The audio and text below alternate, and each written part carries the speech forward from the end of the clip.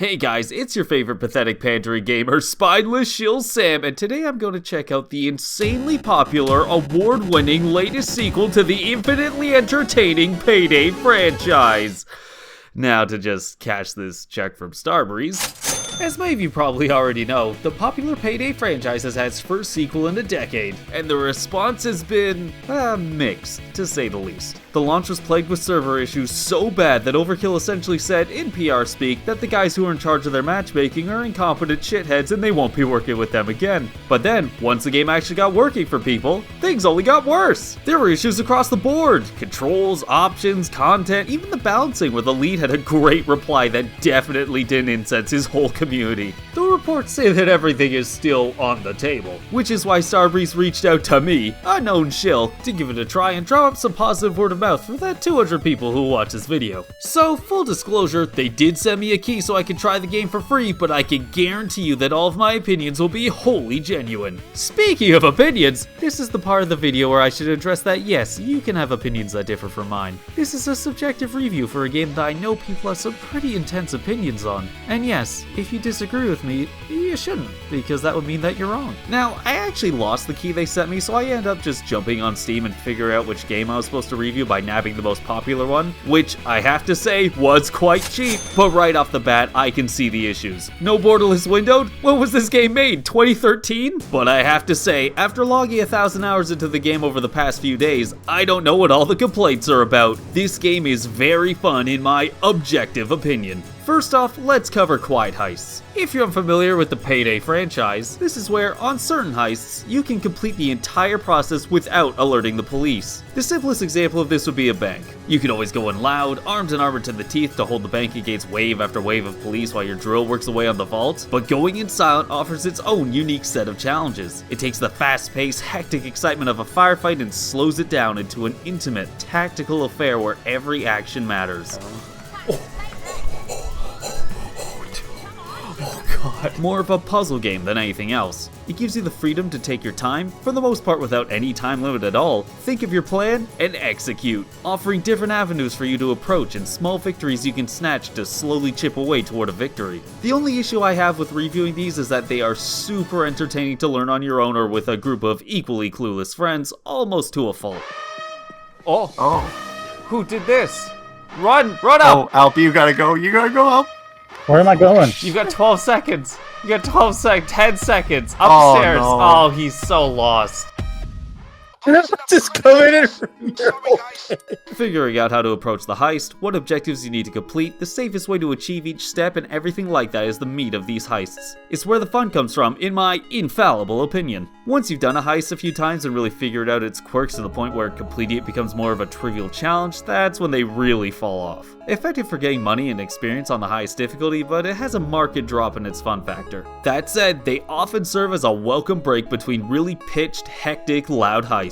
Give your group of friends time to relax and get a drink or whatever while the drill burns away on a vault door. Compounding this, every time you complete a heist quietly, you get a stealth bonus based on the difficulty of that particular heist. The cool part about this is that it's a percentage experience bonus for the next heist you complete. Incentivizing you to do a stealth run, get that bonus ready, and then do a big loud run, as quiet heists are generally geared toward money and loud heists are more likely to be massive experience dumps. Speaking of dumps, I don't want to spoil the experience of doing these stealth heists for the first time for prospective players out there, so I'll only showcase the simplest of examples, the bank. And as proof of how easy these heists become when you're experienced, I'll go on the hardest difficulty at level 0. These heists are a ton of fun and a lot of the elements are well thought out and well implemented. For instance, cameras are breakable on lower difficulties, let you take them out and lure guards away from civilians in the bank and eliminate them in secret. But as you go up in difficulty, they eventually become armored and indestructible, which forces you to rethink your approach and take risks as you attempt new strategies. It also means that the only way to deal with the cameras spotting any suspicious activity is to break into the operator room and take him out, introducing another layer of complexity as cameras will often be watching areas that you could otherwise use to take out guards, and the camera room requires either a keycard or a special perk to unlock. The pager system is also a great element to work around. On a big heist like this, there are 4 guards and each one you eliminate is going to require you to sit there staring at their body for 10 or so seconds answering their pager. Failing to do that means means setting off the alarm and suddenly your stealth heist becomes a loud one that you're almost certainly not equipped to deal with, which means that taking care of guards isn't as simple as taking them out. It's about eliminating them in a place where you can safely answer their pager without drawing any suspicion. And with a limit of 4 pagers, on heists where there are far more than 4 guards, it means you have to use them sparingly, either taking out certain guards that you know will be issues or using them like lifelines to deal with guards who happen to spot you while you're trying to stealth through. There's also a cable tie system which is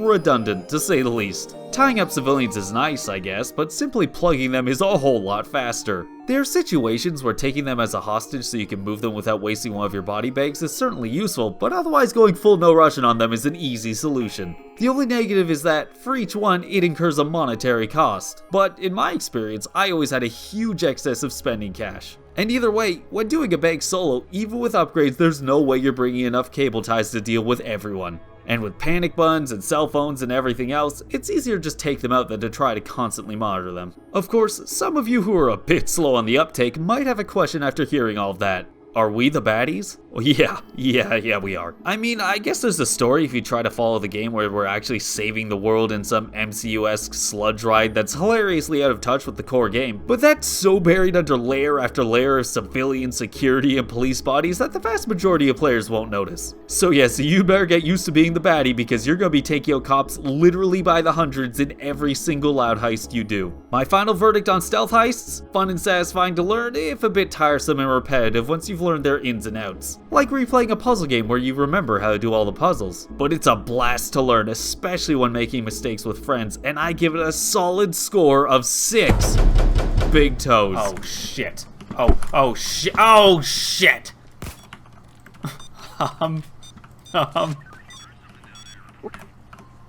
There's no way I can answer this pager without being seen. I don't want to No. but I gotta ask. Wait, who sees me? Vampires or werewolves? Just No. Who wins in a battle? No one sees me? Me and Leroy. There's a bunch of question marks, but Yeah, because the guard just fell over dead in the middle of the fucking... Next, it's Loud Heist, and by golly, as Anakin once said, this is where the fun begins. Oh boy, did Overkill put some work into making their gunplay satisfying and responsive. It feels so good that even when you need to go in quietly, you'll just be itching to mold out every person in sight. Or maybe that's just me. Its engaging design absolutely pays dividends. You want to try new guns, new perks, new ways of plastering cops because each gun feels so great to use. And whoever thought of having the cops' helmets fly up off their heads comically as a reward for a headshot kill is a goddamn genius. The animations are great, the action is exciting and fast paced, and there are regular breaks as the assault dies down momentarily for you to catch your breath. There are resources like ammunition bags, health packs, doctor bags, and even ECM feedback pulses to help survive whatever objective you need to fulfill on your heists. The map design is linear enough when you need to be moving that you won't get lost or separated from your team, and open enough when you're holding an area to let you be creative with your positioning and approach. Generally give you plenty of options for choosing your distance of engagement, how mobile you want to be, what kind of targets you want to prioritize, the whole gamut. I can't think of a single instance where I felt forced into a certain range or boxed into a certain style of play. Which is great because there are so many ways to play. Obviously there are guns. So many guns. Some of their guns have guns. They're almost all customizable in their own ways, changing around stats, give you different sights and scopes and even 2 on the same gun, letting you change reticles and the color intensity of your laser sights, flashlights, bayonets. It's a goddamn riot! You can even find skins and customized colors to really make it match whatever monstrous heister you've created. Speaking of monstrous heisters, there's plenty of room for dress up in this game as well. A ridiculous number of masks that you can customize in so many different ways. Characters, outfits, even gloves. The cool thing about outfits is that if you're not particularly enamored with the look that comes along with your choice of armor, you can override it with something you'd prefer while maintaining the mechanical aspects of your armor. You can make an aesthetic heister you're proud of, or, more likely, one that will absolutely horrify the people you encounter online. Not that you have to play online. Starbreeze, in an attempt to not commit financial suicide and file bankruptcy again, of course has a robust system in place to let you play offline. Not only let you simply do it, but give you ways to customize your bots to not be complete waste of space, buffing you up and supporting you to help make you a stronger character rather than attempting to make them overpowered in their own right and potentially stealing the fun away from you. And oh boy, when it comes to your character, you can really go deep into fine-tuning them for the role you want to fill. While the skill tree isn't particularly large, much or overly complex, the benefit is that every talent can be incredibly useful and impactful, with base talents broad enough to be useful for plenty of styles of characters while also narrowing down to highly benefit specific builds, weapons, and styles of play. The best part about it is that, unlike competitors like Fat Shark's Vermintide or Darktide, you're not limited based on some sort of base class. In Vermintide you choose your character, then your career, then you get to customize their skills, and in Darktide each skill tree is limited to the class you pick. In Payday they have their skills separated by different classes, and then by different archetypes of that class, but you are free to put your points anywhere you want in whatever combination you want. No limitations, absolute freedom. Letting you be as creative as you want to be, which makes working your way to build and figuring out what works best satisfying and rewarding, as there are so many small tweaks you can make that translate into a significant impact on your character. And Starbreeze said, hey, why stop there? Why not introduce another level of gameplay customization? That comes in the form of card decks. These would be terribly lacking on their own, but their simplicity complements the freeform creativity of the skill tree perfectly. With card decks, you simply equip one. There's some carrot chasing with unlocking every card in a deck, which just takes time from gathering experience, but otherwise they're just big character influencers that you can drop onto a build, heavily changing the way your character can be played. Some simply dumping armor or health onto you, while others completely change the way certain mechanics work, give you an entirely unique playstyle to work around if you feel it's the best fit for your character. Want to forego traditional armor regeneration so you never have to take cover? Sure! Want to fill a supportive role with a bunch of passives that buff up your allies? Absolutely! Want to run into a range fight with one of the dozens of melee weapons and hit someone so hard that their mom dies? I mean, you do you. God, there's just so much going for this game. Did I mention mods? There's goddamn mods! Because it's a co-op game, Starbreeze isn't too bothered about people cheating or doing their own thing, so there are hundreds of cheats if you're one of those people. And if you're not, there's even mods to detect and hilariously cripple people who are cheating. And speaking of one of those people, every female heister can get their tits out. Why not? Nothing enhances my joy like giving her a dump truck ass. Just don't tell my wife. Oh, Jesus. Oh, no, did I just give myself the hiccups?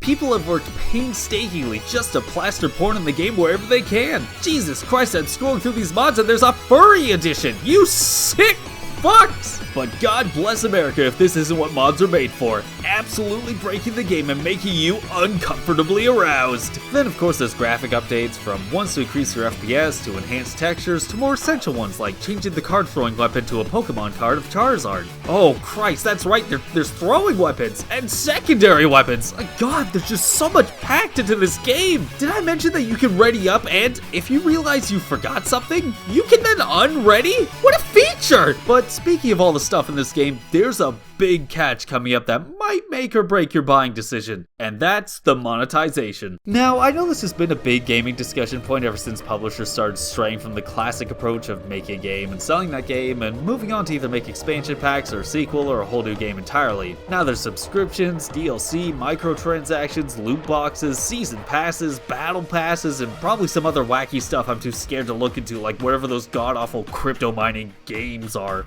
And I also know that the choice in payment model is going to land very subjectively with different people. As an easy example, way back when there was like this 600-pound guy named Jack Sterling or something who sort of claimed to fame was being in the same content hose as Zero Punctuation. He was noteworthy for being the guy who would play broken, low-effort asset flip games on Steam for YouTube content and then complain that the Steam store algorithm would learn from his gaming habits and recommend other trash games to him, and then he'd claim that this was the experience for all gamers and this was somehow a problem, especially in the age of instant refunds. So it was a toss-up between whether or not he was being intellectually dishonest for controversy and clicks, or really was that stupid, but I digress. I remember a long while back he made an argument between two popular games, Overwatch and Splatoon. He compared the value proposition of each payment model, and in his breakdown, I was convinced he had more tumor than brain inside his head. Now, I don't want the shock and horror of looking at his massive face again, so I'm going to break down his argument as I remember it. Splatoon released for $60. It got free content and balance updates for about a year before it was dropped. Then, 2 years after the original release, they pumped out a sequel for another $60.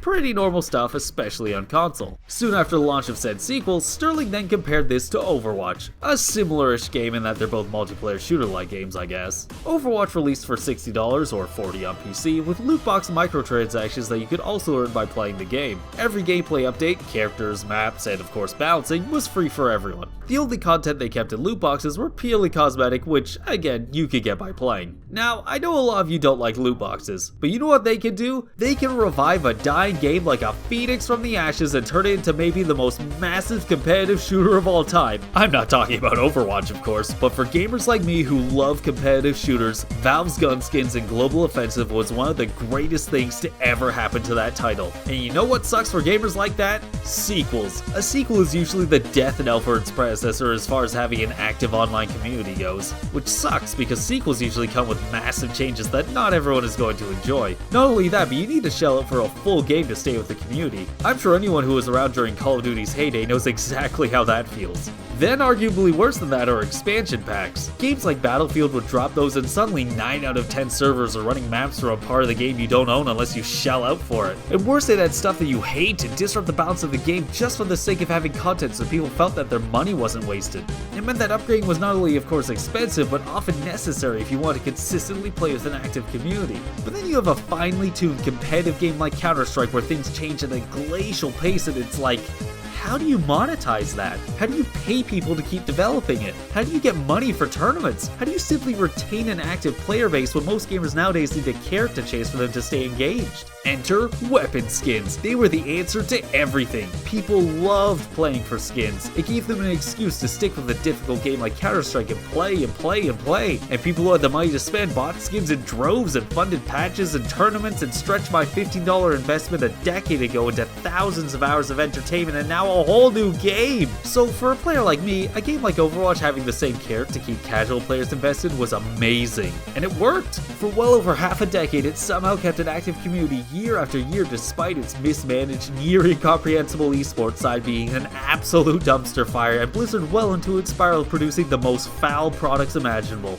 Jack Sterling saw the $120 investment he'd made into Splatoon and its sequel as a better value proposition than half that or less for Overwatch because he didn't immediately have carte blanche access to play dress up with all of the characters. At first I wrote this off as him just being a fucking moron who counts his money as well as he counts his calories, but I soon came to appreciate that in the massive community of gamers everyone has their own preferences. You certainly don't need to be a 600-pound window licker to prefer sequels over cosmetic microtransactions. Different strokes, different folks. You just might want to consider if you're part of the audience for a competitive shooter when you're a morbidly obese reviewer who just picks up every new game to make a hilariously poorly executed rage bait review before immediately moving on, compared to players who might find a game they like and play for thousands of hours. Each monetization style has its benefits based on the development cycle, with each catering to a different sort of gamer looking for a different sort of experience, whether it be the most casual of casuals who will drop a multiplayer game after a dozen or so hours of fun and don't really care for its longevity after that, to no-lifers like me who will come back to multiplayer games they enjoy over and over and have put more hours into plugging people as Cassidy than most people put into any single game.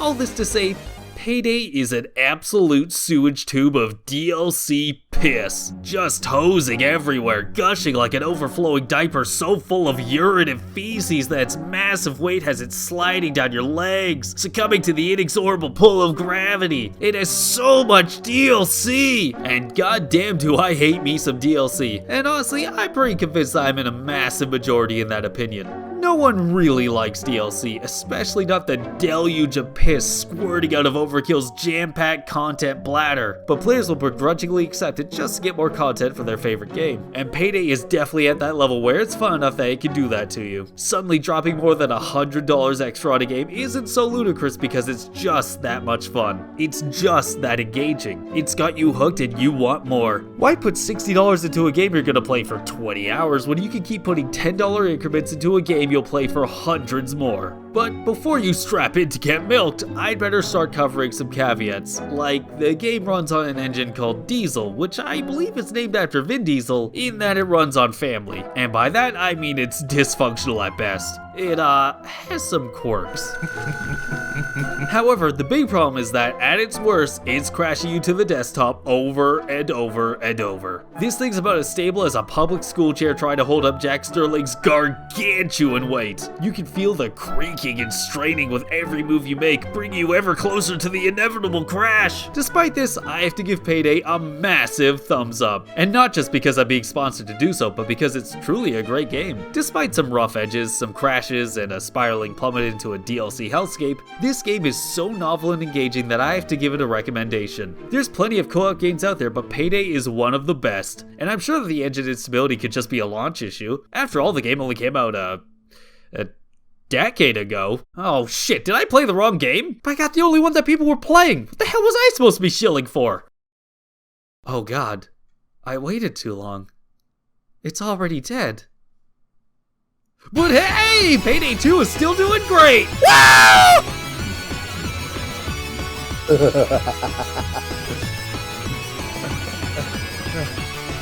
Attaboy, Sonny.